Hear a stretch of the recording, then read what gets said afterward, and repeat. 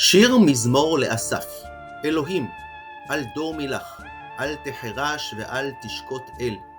כי הנה אויביך יהמיון, ומשנאיך נשאו ראש. על עמך יערימו סוד, ויתייעצו על צפוניך. אמרו, לכו ונחרידם מגוי, ולא ייזכר שם ישראל עוד. Gib du jetzt deine Stimme ab. Wenn ja, dann tritt für mich ein, so wie ich.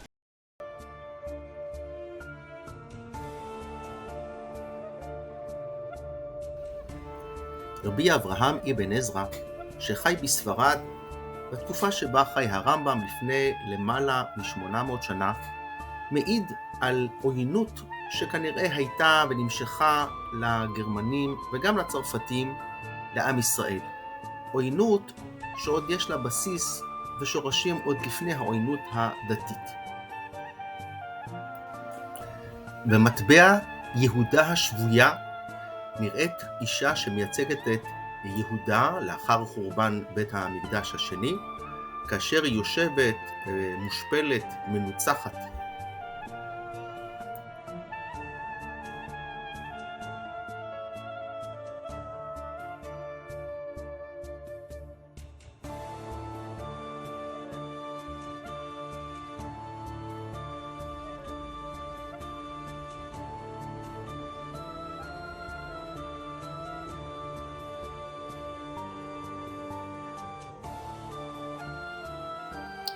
יהודה מוצגת כמנוצחת שמסרבת לקבל את האמת, את הברית החדשה.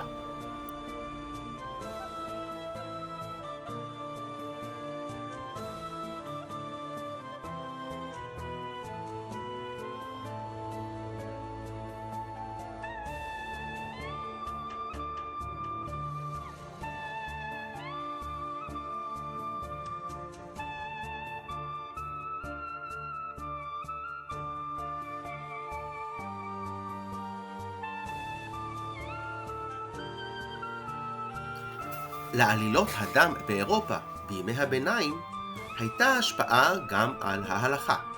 למשל, בספר תורי זהב, בהלכות 4 כוסות לליל הסדר, כותב התורי זהב שנמנעו מלקחת יין אדום מפני עלילות שקרים, כלומר, מחשש לעלילות הדם.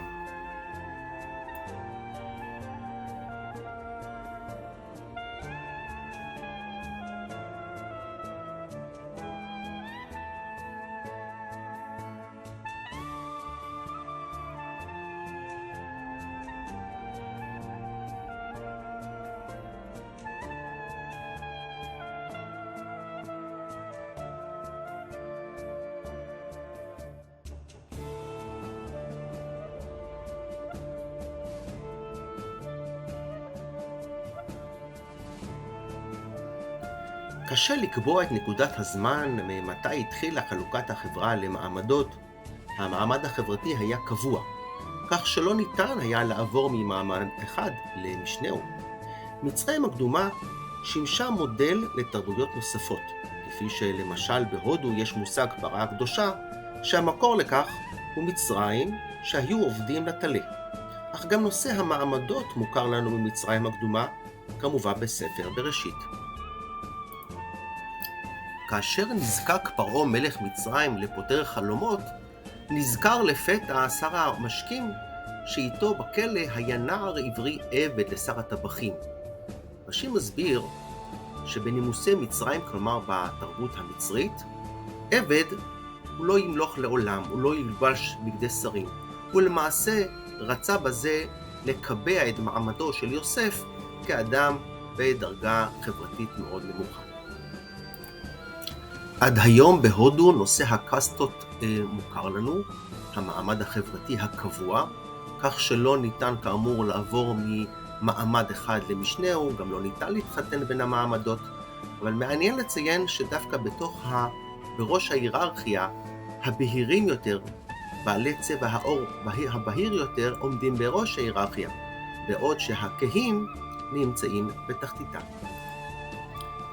צ'ארלס דרווין פיתח את התיאוריה של הברירה הטבעית, מוצא המינים והתפתחותם.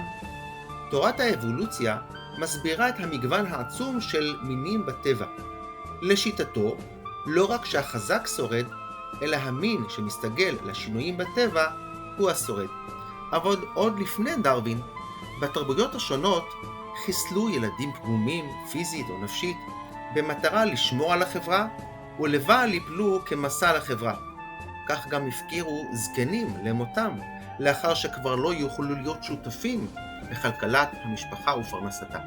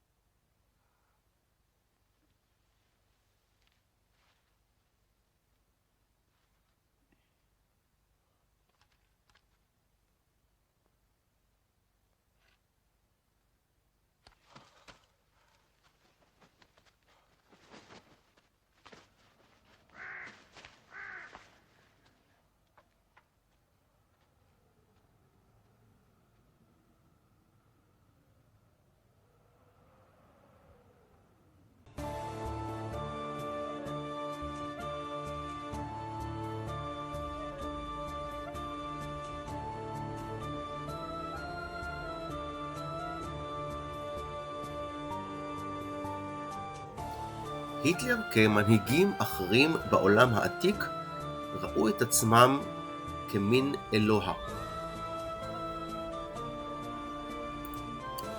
אמר הקדוש ברוך הוא לישראל, חושקני בכם, שאפילו בשעה שאני משפיע עליכם גדולה, אתם ממעטים עצמכם לפניי.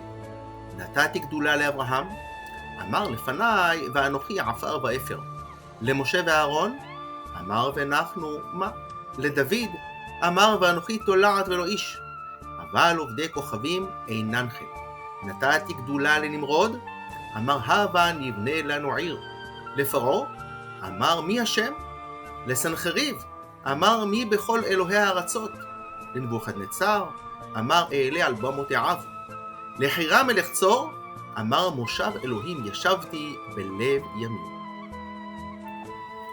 האידיאולוגיה הנאצית מבוססת על זרמים תרבותיים וחברתיים, ביניהם הרומנטיקה והפולקיזם, כלומר געגוע להיסטוריה ולתרבות הקדומה של הגרמנים, געגוע לגרמניה גדולה וחזקה. בתלמוד הבבלי מסכת מגילה מבואר הפסוק בתהילים, אל תיתן אדוני מאוויי רשע, זממו אל תפק ירומו סלע. אמר יעקב לפני הקדוש ברוך הוא, ריבונו של עולם, אל תיתן לעשיו הרשע תאוות ליבו. זממו אל תפק, כלומר אל תיתן לו את מבוקשו, זו גרממיה, כלומר גרמניה של אדום, שאלמלא הן יוצאים, מחריבים כל העולם כולו.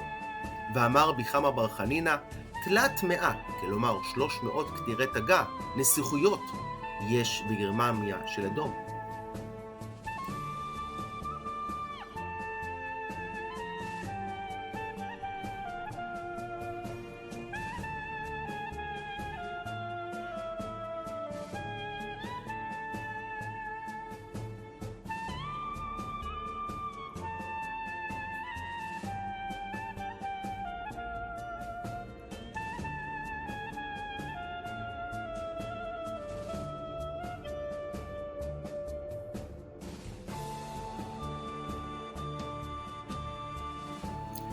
בספרו אורות ישראל כתב הרב קוק, זצ"ל, מי שהיה הרב הראשי לישראל, שהמצפון, המוסר והצדק שהנחילו עם ישראל לעולם, גרמו לאומות העולם להרגיש מחנק, להרגיש צמצום החיים, ולא נתנו לנפש הברברית להתפשט. אבל לעתיד לבוא, כאשר יגיע הזמן של הגאולה העתידה, הדבר הזה כמובן ישתנה.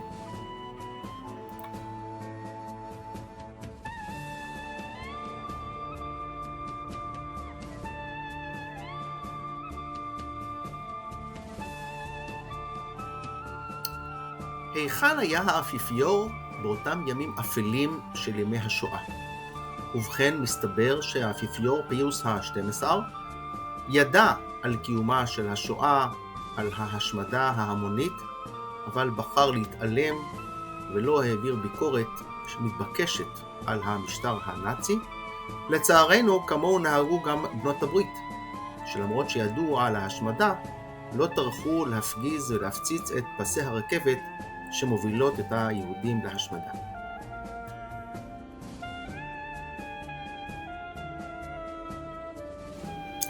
ובכל זאת, ודאי שלא ניתן לומר שהנאציזם היה תנועה דתית.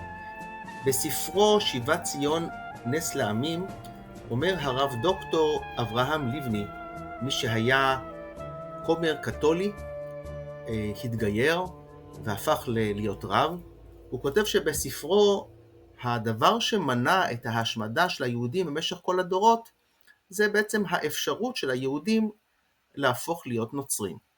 אבל כאשר הדת כבר לא הייתה בעלת משמעות גדולה בתקופה הנאצית, ממילא המעצור שעמד בפני ההשמדה כבר לא היה קיים, ולכן ההשמדה התאפשרה. המפגש בין המופתי הירושלמי חאג' אמין אל-חוסייני לבין היטלר התקיים בתאריך 28 בנובמבר 1941. זמן קצר לאחר מכן, ועדת ואנזה התקיימה בתאריך 20 בינואר 1942. יש מקום להניח שהמפגש בין המופתי הירושלמי להיטלר הייתה לכך השפעה על החלטות ועדת ואנזה. הרב יעקב משה חרל"פ, מי שהיה מגדולי המקובלים בדורות האחרונים ומתלמידי הרב קוק, הוא מדבר בספרו מעייני הישועה על הקושי של אומות העולם לקבל את ההתפתחות וההתרקמות של חיים חדשים של עם ישראל בארץ ישראל, בפרט כאשר ניתנה הצהרת הבלפור והכרה בזכותם של ישראל להקים בית לאומי. שורש ההתקוממות של האומות על ישראל הוא שקובלים על ישראל על מה שאומרים לעבוד את השם בדרך החיים, והאומות מתפארים לומר שעיקר העבודה הוא לדלג על חיי העולם הזה ולמות למען שמו. וזהו הרז, שבכל פעם שישראל מתעוררים לתחייה, ובייחוד כאשר שבים אל אדמתו לנטוע כרמים ולבנות את הארץ, מתגעשים רפאים ומתהוללים לעכב ביד תחייתם של ישראל. מסיים הרב את דבריו ואומר, ומתוך זה יסבלו בני ישראל צרות רבות עד מאוד.